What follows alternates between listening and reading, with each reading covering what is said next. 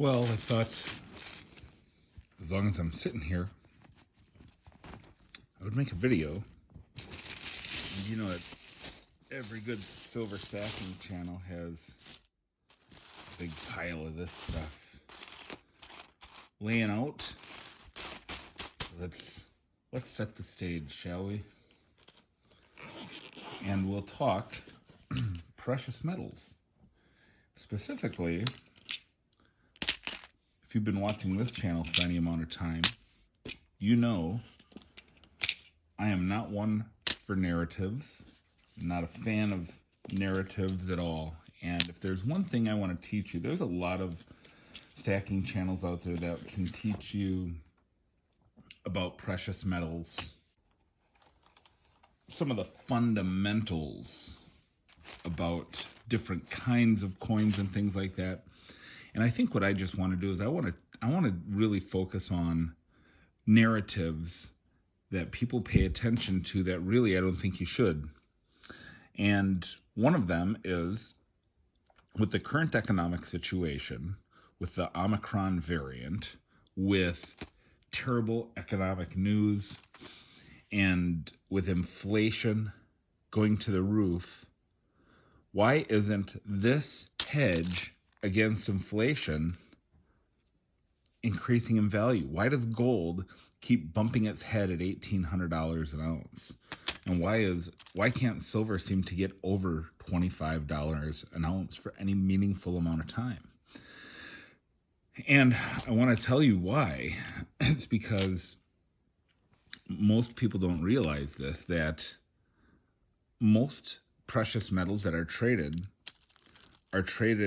on a paper market. Most silver that gets traded is paper silver. And most silver, and I'm talking by like a factor of 10. It's probably a 10-to-1 ratio of the amount of physical versus paper gold that's sold in this world. So globally speaking.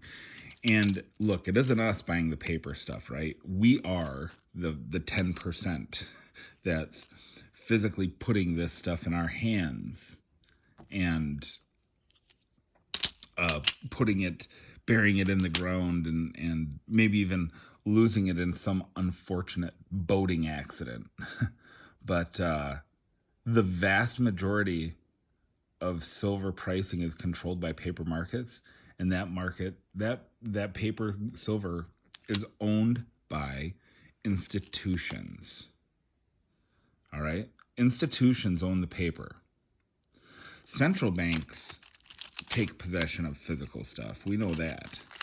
The central banking system has physical gold in their vaults. We know that. But let's talk about silver. Let's just put a focus on silver. I'm going to just set the gold off to the side here. And I want to talk about the history. You know, one of the narratives that absolutely drives me bananas is this hedge against inflation thing. And so people kind of think, well, when we see inflation, then that is when the prices will go up. And why hasn't that been the case? Why hasn't that been the case currently? Because institutions that own the paper silver that are right now have you watched the Dow? You have to understand how these markets all relate. The silver markets relate to foreign exchange markets, the dollar and other foreign currencies, and those relate to the Dow and the S&P 500.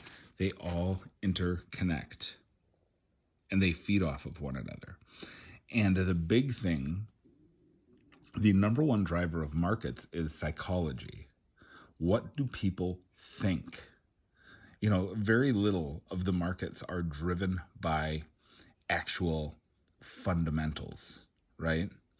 It's all about market psychology. It's all about faith. What do people believe is going to happen?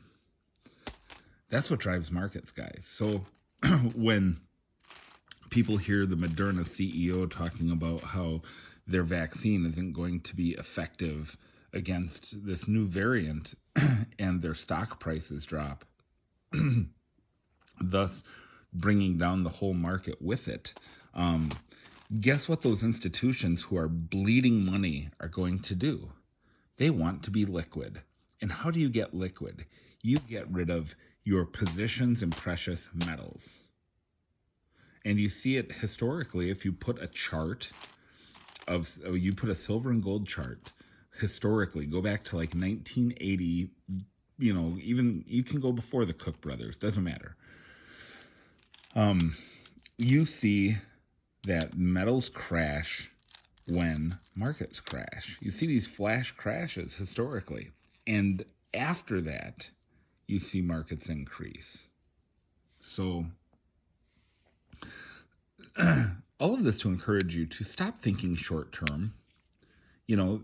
Inflation reports just came out in October that reflect a very tiny amount of reality.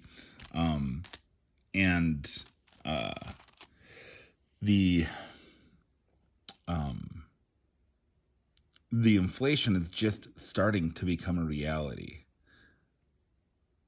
in the real world, right? I mean, if you've been paying attention, if you're a stacker, you've seen this coming, and you've known it's here for a long time. Long before the word transitory came, you knew it was going on. So the thing, boy, I really need lotion, don't I? That's disgusting. Anyhow, it's winter, so we have dry skin up north. So stop believing narratives that. And look, every stacker on YouTube talks about the hedge against inflation, and that is true in the long term, not in the near term. So this roller coaster ride that stackers have been on for, let's say, since COVID first hit. Let's go back to COVID first hitting, and then let's go back to Wall Street silver, who's actually ruined silver markets, in my opinion. I think that few things have been more damaging to silver stackers than the Wall Street silver movement. But I'll make another video on that and why I believe that to be the case. But the reality is that we need to really understand how markets work, and we need to stop thinking short term. Okay? Need to stop thinking short term. So, again, look at charts, just learn technical analysis, look at history, and when you do, none of this stuff surprises you. I've said this 100 times. I've been stacking silver since it was $8 an ounce. And this is nothing new to anybody who's been stacking. And what really makes me sad is that a lot of these narratives are being pushed by people who own coin shops and make YouTube videos. Because guess what? They know psychology drives markets. So what do they want to do? They want to drive the psychology to get you to empty your pockets in their stores and buy when premiums are high and buy when prices are high. Because guess what? They bought a lot of wholesale silver, and they bought it at high prices, and they're taking a bath, and that stinks. I don't like it that coin shop owners are being hurt in this current environment. However, there is also this reality that there are those who are willing to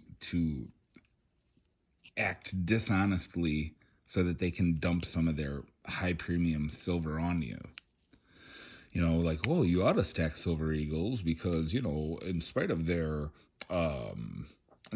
high premium, they retain that premium. No, they don't. That's another bullcrap narrative. So anyhow, I think I've said what I have to say for now. Please like and subscribe, share, all that good stuff, and keep coming back, because I'm going to keep talking about these narratives and why you should ignore them, and maybe even give you recommendations on stuff that you can buy that is not affected by narratives. Warren Buffett says, when people are greedy, be fearful. When people are fearful, be greedy. So I live by that when it comes to stacking, and I think you should too. Thanks for watching. We'll see you on the next one.